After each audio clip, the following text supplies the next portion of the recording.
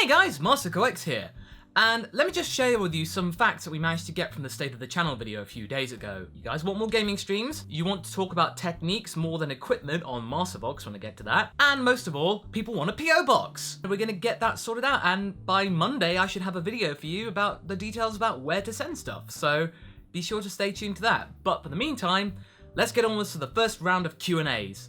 I managed to get quite a few questions, and I wasn't even aiming for questions there and then, so thank you guys, and I'll be sure to answer them right now. Now this first one's from Pyrofire95, and he asks, when you do voices for DBZ, does your accent change with the voice, or are you conscious of it, and have to do an American accent? Also, how's your American accent in your regular speaking voice? Well, when I pretty much just speak in my normal kind of like tone and stuff, it kind of like just sounds like this, so it's a little more subtle, but it's kind of there. I mean, you might be able to tell the difference, or I may be completely butchering your language, as the British scum that I am.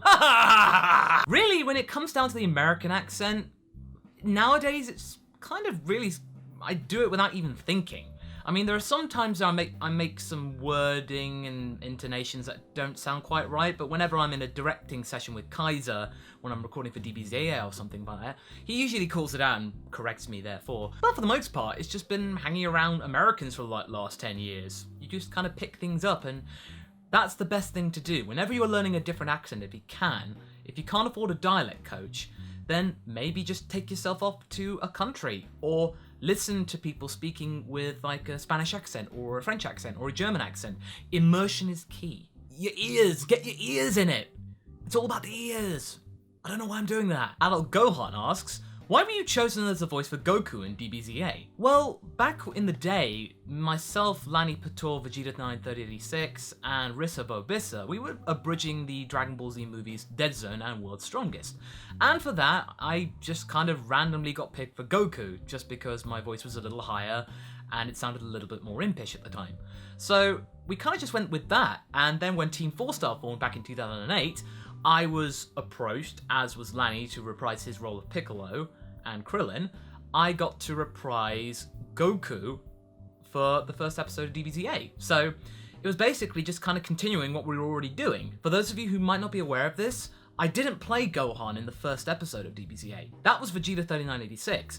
Granted, it was only one line, but for episode 2, it changed back. Nice little fun fact there. Scopa asks, Illuminati! What should I watch for if I try to do the Goku voice? Well, when it comes to the Goku voice, you kind of bring it up here a little bit, so you kind of like raise your tone. I kind of like arch my neck up a little bit.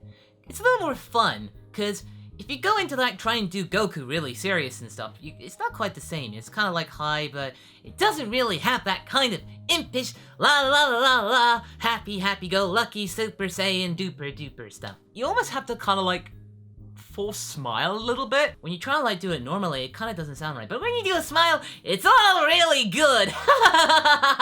I bet it kind of looks weird, doesn't it? In short, arch your neck up, smile, and push it out like you're a little kid. That didn't sound right. Z-Man 9000 asks, I've seen a crap ton, whoa, that's a long one. I've seen a crap ton of debating about Goku versus Superman versus One Punch Man. Now, while it would be cool to have Goku answer the question, I'm more interested what you think. I honestly think you could get a whole video out on the subject. I do honestly want to see something like a death battle from Screw Attack on the subject, because it would be fun, but I'm kind of disappointed by how the fans of all three series are acting. My opinion on Goku versus Superman versus One Punch Man, they're all good guys. Why would they fight?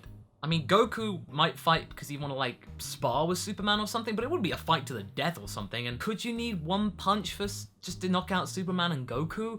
They're all from different universes, so it's kind of hard to say. I think Goku would win against Superman because of Super Saiyan God, Ki, Magic Ki, and all that divine energy. One Punch Man would probably, I would say he would actually win out of the two, because, you know, one punch. Goku needs hundreds of punches. It's hard to quantify again, because different series and different quantities and different physics and calculations and stuff, but really, if One Punch Man can get the punch in, then Saitama would be the winner. And I know that it's a bit of a shot because I love Goku, I do, but come on. One punch. Mind if I send my own fanfiction? Absolutely not. I'm always up for getting more fanfictions. In fact, I'm actually still looking for season 4 fanfiction. So yeah, if you've got an idea, or if you've got your own fanfiction you want me to give a good drubbing, I mean, if you've got this willpower for it, then feel free to leave a comment and send it over. Zigzagmine asks, so why was the I Am Bread Goku's gonna show you left out of the first compilation video intentionally? That was down to kind of timing. I wanted to kind of keep the first volume to 10 minutes, and also kind of do a second episode with I Am Bread for people that might have not seen it on this channel here. So that means people get the idea that the Goku's gonna show you episodes are gonna be a bit shorter, so like 3 to 5 minutes. I kind of wanted to like have a rule of 3. So you get Minecraft as kind of like, you get the idea about how Goku's like playing games. Then you got Super Hot for like something that's not scary, and it's a bit of a challenge, and it's a hot game recently. Well, I mean, Super Hot, come on. And then of course you got Five Nights at Freddy's because it's Five Nights at Freddy's and YouTube seems to love it. Do you do anything to get into character for certain voices? You do? Can you just do them? Is a line you like to say? Also, are you still going to be voicing Goku and Dragon Ball Absalom? First off, when you're coming up to make voices, yeah, sure, imitations are good and all, but you can't book a voice acting gig by just say, oh, I can sound just like that guy. Most of the time, you kind of want to get inspiration from people's voice overs, but it's best to kind of meld them into your own. Make it something that you know inside and out about how to perform it, how they would think. And in terms of being a character, it's all well and good just doing a voice. You can just think, how would that guy actually talk? Or how would that character actually talk? Like with Goku, for example. You just think, well, he likes food. He's a bit of an idiot, but he likes to fight. So he's just a bit dumb, prideful, and fun, and happy-go-lucky. So you just go into that with a sunny disposition and it just rolls off the tongue almost. Don't just try and imitate someone that's popular.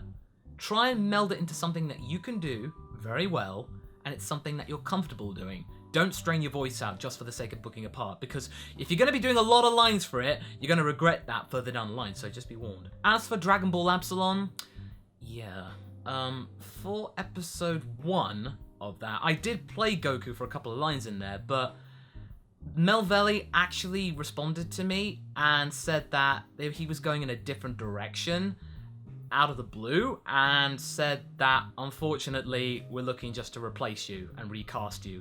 And that was kind of without any warning, and I was a little bit hurt by that. And he did offer Supreme Kai to me, and I think communication just kind of broke down there, and it kind of just petered out really. It was a shame really, because Dragon Ball Absalom looked really, really cool. But, you know, it's just creative differences, I suppose. And lastly, Harry Carson asks, hey Goku, do you like or hate Superman? Okay. Well, let's just go and get Goku for his first Go Q&A! Go Q&A, yeah! Hey Harry, in answer to your question about whether I like or hate Pooper Man, the answer is no. I do not like him, because he's a big fat cheetah who wears his underpants on the outside. Even I don't do that. Now if you'll excuse me, I've got a muffin with my name on it. Bye! Go Q&A, yeah! Thank you, Goku. Now that's all for the question and answers today, so if you've got a question of your own, feel free to leave a comment in this video, and I'll respond to it in the next one. So again, look forward to PO boxes, and actually, here's a little question. What kind of game would you want me to see streamed? As in, like, would you want to see something that's long form, like No Man's Sky maybe? I know I go on about it, but I really love the looks of that game. Or something like mellow, like Stardew Valley, or Subnautica, something that you can kind of relax to and you don't have to like fully engage yourself all the time, and you can actually chat with the live stream. So leave a comment about what kind of game might be good for that. So anyway guys, be sure to keep liking and subscribing these videos, and look forward to Bad Fanfiction Theatre coming up tomorrow. So until next time guys, catch you later.